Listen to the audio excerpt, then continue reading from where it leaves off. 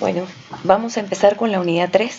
La unidad 3 del programa está destinada a hacer el estudio del comportamiento del agua en movimiento. Estudiar cuáles son las magnitudes predominantes en el movimiento del agua, no respecto a la cinemática del movimiento, sino a cuáles son las magnitudes que predominan respecto de las propiedades físicas, y cuáles son las magnitudes que intervienen en el cálculo de la pérdida de carga.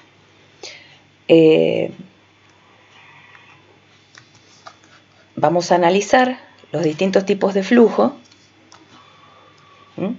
que se pueden producir en este tipo de movimiento del agua. Para eso, lo que hacemos inicialmente es considerar una conducción cerrada por la cual está circulando agua, dos secciones transversales, la sección Z1, la sección Z2, separadas una distancia L, y aplicamos Bernoulli, el teorema de Bernoulli, entre las dos secciones transversales, considerando la altura de posición, la altura de presión y la altura de velocidad. Y la diferencia que existe entre la suma de los tres, entre la sección 1 y la 2, es la pérdida de carga que se produce por el movimiento del agua en esa longitud L. Teniendo en cuenta que el diámetro de la tubería es constante, las velocidades son iguales y por lo tanto las alturas de velocidad se simplifican en la igualdad del teorema de Bernoulli y solamente nos queda la diferencia de lo que llamamos cotas piezométricas, que es la suma de la altura de posición y la altura de presión de cada uno de los puntos. Eso resulta igual a la pérdida de carga por longitud, a la pérdida de energía producida por el escurrimiento del agua, por el solo hecho de escurrir.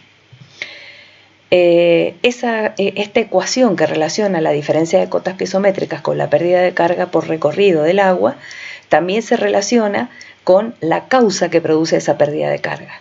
La causa que produce la pérdida de carga es lo que llamamos las tensiones de cortes hidráulicos o tensiones tangenciales, como aparecen en alguna bibliografía. Esa tensión tangencial se relaciona con la pérdida de carga a través de la ecuación expresada en la filmina, cuya deducción matemática pueden consultar en la guía de estudio. Y la variación de esa tensión de corte hidráulico en función de la distancia que separa la línea de corriente que estamos considerando respecto del centro de la tubería, a esa distancia le hemos llamado R chica, en función de la distancia que va separando esa línea respecto del eje de referencia de la tubería, esa tensión de corte se va aumentando hasta hacerse máxima en correspondencia con la pared de la tubería. Eso es lo que hemos llamado tensión de corte parietal y lo indicamos con el índice sub 0, tau sub 0. ¿Por qué se producen estas pérdidas de carga por rotamiento en las tuberías? Cuando un fluido se mueve, es decir, se deforma, hay variación de la velocidad en el tiempo o hay variación de la posición de las partículas a través del tiempo, aparecen fuerzas tangenciales derivadas de la anisotropía del líquido, del agua en este caso, que son de igual dirección pero tienen sentido contrario, se oponen al movimiento. Esas fuerzas tangenciales son derivadas de la definición de viscosidad cinemática que dimos en la unidad 1. Estas fuerzas tangenciales son las que nosotros denominamos frotamientos hidráulicos. Estos frotamientos hidráulicos son el origen de las pérdidas de carga, o sea que la causa es el frotamiento hidráulico y la consecuencia es la pérdida de carga. Esas fuerzas tangenciales dan origen a las tensiones de corte tangenciales o tensión de corte hidráulico, como aparece en los libros. Muchos investigadores a través del tiempo, fíjense las fechas, 1687 comenzamos hasta 1944, han estado estudiando cómo se comporta el agua y cuáles son los parámetros que definen esta pérdida de carga. Pasamos de Newton, que es el que definió la viscosidad, a varios autores, Huygens y Poiseuille, Darcy-Weisbach, Hazen-Williams, Reynolds, Blasius, Prany von Karman, Nikuradse, Colebrook, Moody, distintos autores que han estado estudiando el tema a través del tiempo. Isaac Newton en el año 1687 lo que hizo fue definir la viscosidad, ya la hemos definido nosotros en la unidad 1 cuando vimos propiedades físicas del agua, que la habíamos definido como la resistencia que opone el fluido a modificar su velocidad, al cambio de velocidad. y habíamos denominado líquidos newtonianos a los líquidos que cumplían la ley de Newton de la viscosidad. O sea que la relación entre la tensión de corte hidráulico y el gradiente de velocidad era lineal, era una recta. En el año 1839-1840, Huygens y Poiseuille trabajaron sobre distintas configuraciones de tuberías, principalmente tubos de cobre. Encontraron que la pérdida de carga era proporcional al caudal que pasaba por la tubería e inversamente proporcional al diámetro de la cuarta. Poiseuille investigó principalmente el escurrimiento de la sangre en las arterias, en las venas. Y entre los dos descubrieron la presencia de un flujo que tenía características muy especiales. Era un flujo muy tranquilo, ordenado, en donde todas las líneas de corriente eran paralelas entre sí, y se generaba ese escurrimiento como tipo cilindros concéntricos. Esos cilindros concéntricos originaban un escurrimiento por capas. En ese tipo de fluidos que lo denominaron movimiento laminar, la distribución de velocidades era una parábola de segundo grado. Ahí tenemos un dibujito de una parábola de segundo grado en el cual la velocidad máxima se da en el centro de referencia, en el eje hidráulico de la tubería, y las mínimas, que corresponden a velocidad cero, se dan en las paredes. La distribución de las velocidades es casi como un telescopio decreciente, y a medida que nos internamos en la tubería, el vector velocidad va aumentando telescópicamente, digamos. En función de esta distribución, ustedes en la guía de estudios pueden obtener las ecuaciones o ver cómo se obtienen las ecuaciones de caudal, velocidad y pérdida de carga unitaria en función de igualar la tensión de corte hidráulico en un movimiento laminar con la tensión tangencial deducida o propuesta por Newton. Y acá en este pequeño video podemos ver cómo se distribuye esa velocidad parabólica. Esas líneas que aparecen ahí son los extremos de una tubería, los dos bordes de la tubería, y en esa sección vertical se inyecta colorante y se hace pasar un fluido en movimiento laminar. Ahí se puede observar cómo se ve la distribución parabólica de las velocidades y con esa forma telescópica que aparece en el dibujo superior.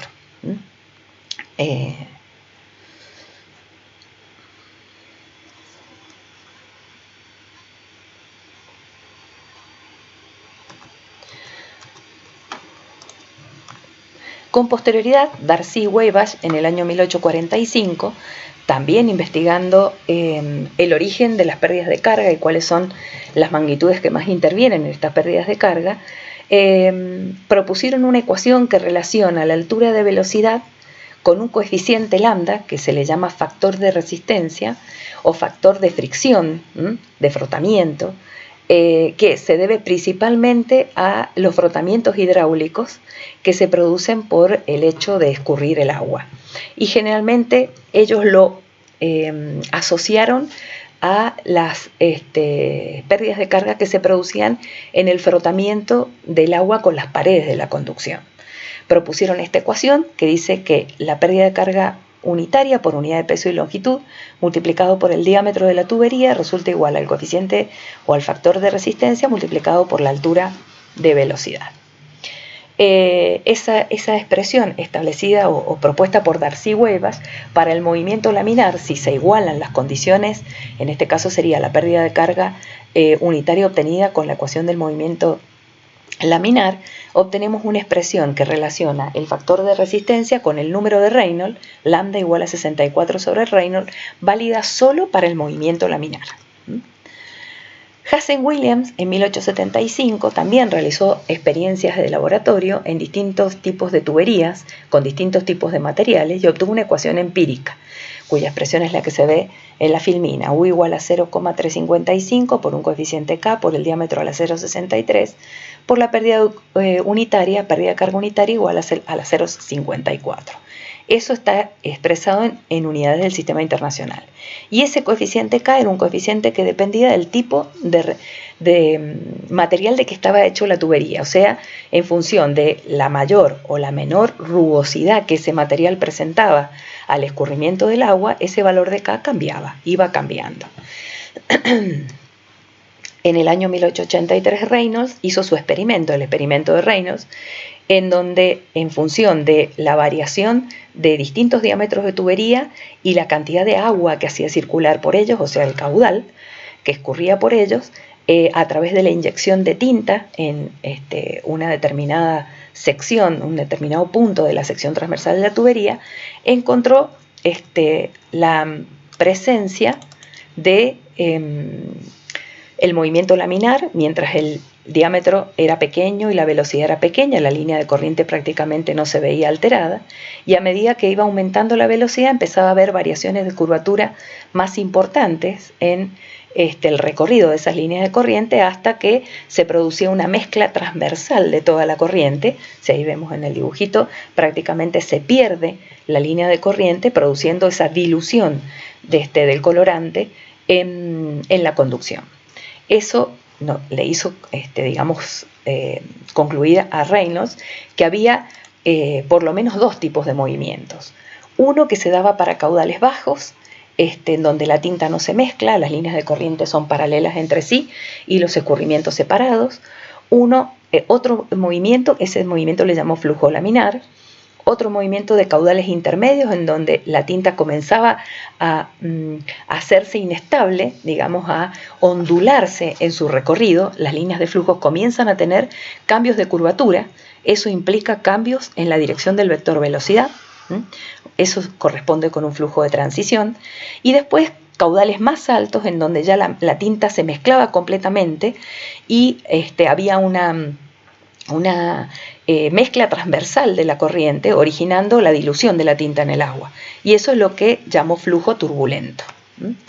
El flujo turbulento se puede ver en esta pequeña animación, en la cual también se inyecta colorante en una sección transversal. El diagrama de velocidades deja de tener ese aumento importante de la velocidad en el interior de la tubería, se empieza a achatar en el interior de la tubería, y a medida que la velocidad va aumentando, ese achatamiento se ve cada vez más, hasta que prácticamente es una distribución rectangular de velocidades. Eso ya es cuando es un movimiento turbulento plenamente desarrollado. O sea, resumiendo, encontramos un movimiento laminar, que es cuando la tinta no se mezcla, el flujo se mueve en capas, las líneas de corriente son paralelas entre sí y se ajustan perfectamente a la forma geométrica del contorno. Es característico de pequeñas corrientes y de bajas velocidades, es un escurrimiento ordenado, posee condiciones hidráulicas invariables en el tiempo y en el espacio, y los frotamientos hidráulicos dependen exclusivamente de la viscosidad del fluido. En el caso nuestro sería de la viscosidad del agua. El movimiento de transición es cuando el filamento de la tinta comienza a hacerse inestable con un patrón de oscilación manifiesto.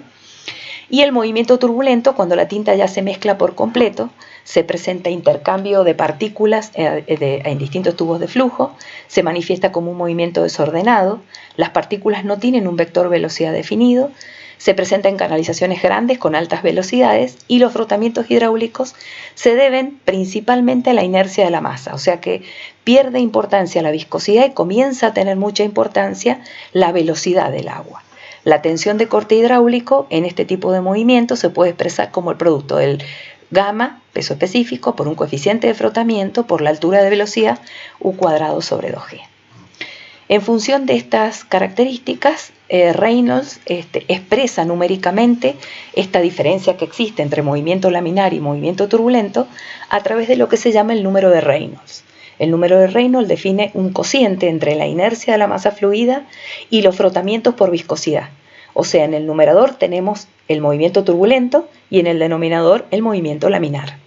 El numerador expresa entonces una energía cinética que se puede obtener haciendo un análisis dimensional, masa por velocidad al cuadrado, y la masa con el producto de la densidad por la longitud al cubo. Y el denominador expresa la energía perdida por la viscosidad del líquido, obtenida de la expresión de Newton. O sea que vamos a obtener el producto de fuerza por distancia de la ecuación de Newton, y eso nos da la superficie de los planos por la velocidad por la viscosidad. Haciendo la relación numérica obtenemos que el Reynolds es el producto de una velocidad por una longitud dividido la viscosidad cinemática. Para el caso específico de las tuberías, esa longitud se transforma en el diámetro, U por D sobre ñu, y Reynolds encontró que cuando el Reynolds era menor a 2000, flujo laminar, cuando el Reynolds estaba entre 2000 y 5000 había flujo de transición, y para Reynolds mayor a 5000 el flujo era turbulento. A ese número se le puso número de Reynolds justamente en honor a Reynolds, que fue el que hizo todas estas experimentaciones y obtuvo todas estas conclusiones. O sea, el número de Reynolds lo que hace es explicar numéricamente el cambio que existe de movimiento laminar a transición y a movimiento turbulento. Reynolds también siguió haciendo experiencias en una tubería horizontal. Instaló un piezómetro para poder medir una diferencia de presiones asociada a una pérdida de carga entre dos secciones separadas una longitud L y el flujo que estaba circulando por esa tubería tiene una velocidad P. A lo largo de las distintas experiencias que llevó a cabo en función de tuberías de distinto diámetro, tuberías de distintos materiales, con lo cual podíamos tener distintos niveles de dificultad o de frotamientos distintos entre el agua y la pared de la tubería, pudo obtener un gráfico en el cual en el eje de las ordenadas tenemos el logaritmo de la pérdida de carga unitaria y en el eje de las abscisas el logaritmo de la velocidad. Mientras el Reynolds era menor a 2000, todos los puntos, todas las tuberías se alineaban sobre una misma recta con pendiente igual a 1.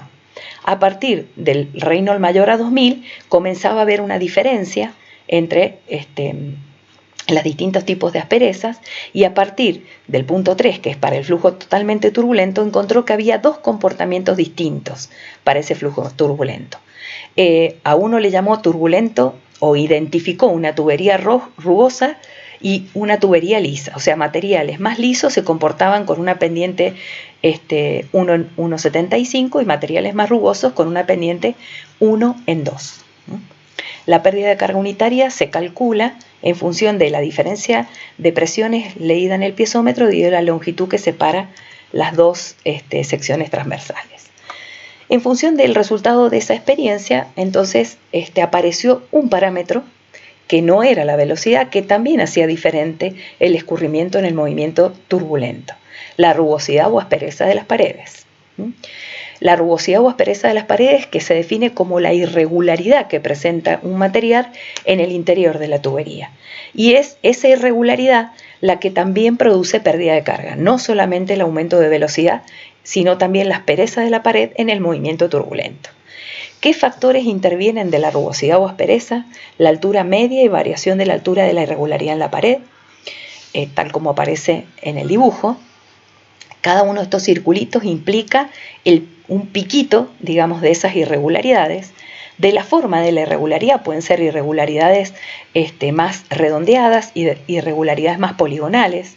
De la distancia entre dos irregularidades vecinas pueden haber distancias pequeñas o distancias cada vez más grandes. Y de la distribución geométrica también de las irregularidades. Hace que puede ser el comportamiento totalmente distinto. Estas líneas azules que aparecen en los dibujos son las líneas de corriente y ahí vemos cómo las irregularidades más cercanas, las líneas de corriente prácticamente no se ven influenciadas, mientras que para irregularidades más alejadas, a pesar de que el épsilon podría ser un poco menor, las líneas de corriente sí se modifican apreciablemente. En el año 1911, Blasius experimentó, al igual que lo hicieron todos los otros autores, en tuberías con flujos o movimientos hidráulicamente lisos, en donde en esos tipos de flujos había una ecuación que relacionaba el factor de resistencia con el número de Reynolds sin que interviniera la aspereza de la tubería. Lo hizo en Reynolds entre 5000 y 100.000, y en ese rango se obtuvo una ecuación que relaciona la pérdida de carga, el lambda, el factor de resistencia, con el número de Reynolds para tubos hidráulicamente lisos.